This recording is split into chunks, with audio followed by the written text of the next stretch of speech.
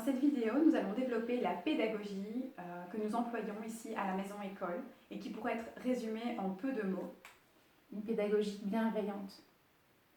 Alors tout d'abord, elle est fondée sur le respect des besoins naturels des enfants. Nous avons voulu remettre ça à la première place, c'est la base, nous pensons que c'est la base, et Céline Alvarez le dit aussi, pour que l'enfant puisse être dans de bonnes dispositions pour apprendre, ses besoins naturels doivent être respectés. Donc les besoins de sommeil, le besoin d'être peut-être plus au calme pour se concentrer en portant un casque ou en se mettant à l'écart, etc. À l'inverse, le besoin d'être avec d'autres pour apprendre. Voilà, les besoins de boire, de manger, d'aller à la toilette quand on en a envie, enfin tout ça, ça paraît aller de soi, mais ce n'est pas forcément toujours facile à gérer quand nous avons des grosses classes, etc. Ici, le fait que nous ayons peu d'enfants nous permet d'être plus flexibles à ce niveau-là.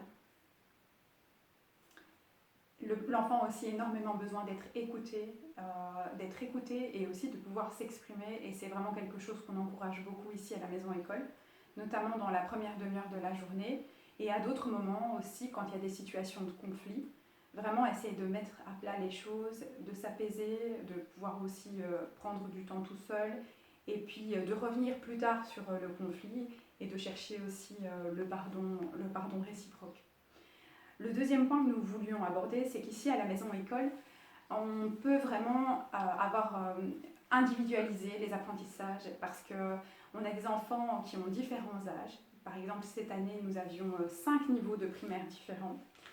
Et donc, les enfants sont amenés à être dans les mêmes locaux, mais à faire des activités soit de leur âge, ou même parfois des activités qui sont même plus hautes que leur âge, puisqu'il y a ce bain et qui sont capables aussi d'apprendre des choses qui semblent parfois peut-être trop difficiles, mais qui ne le sont pas vraiment.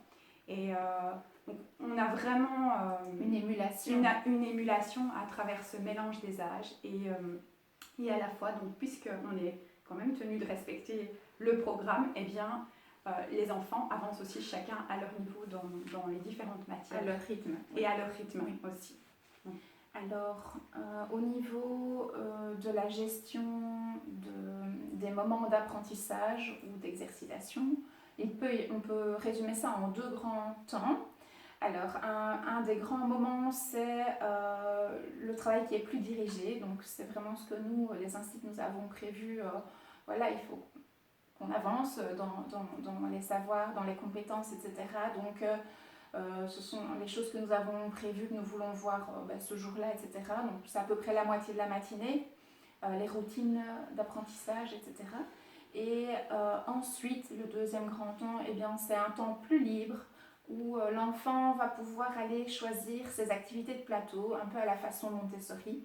Donc nous mettons à leur disposition des jeux pédagogiques en français et mathématiques, nous en avons aussi en éveil, qui correspondent à leurs besoins du moment, à ce qu'ils doivent apprendre à ce moment-là, et parfois plus si on voit qu'ils sont demandeurs et capables.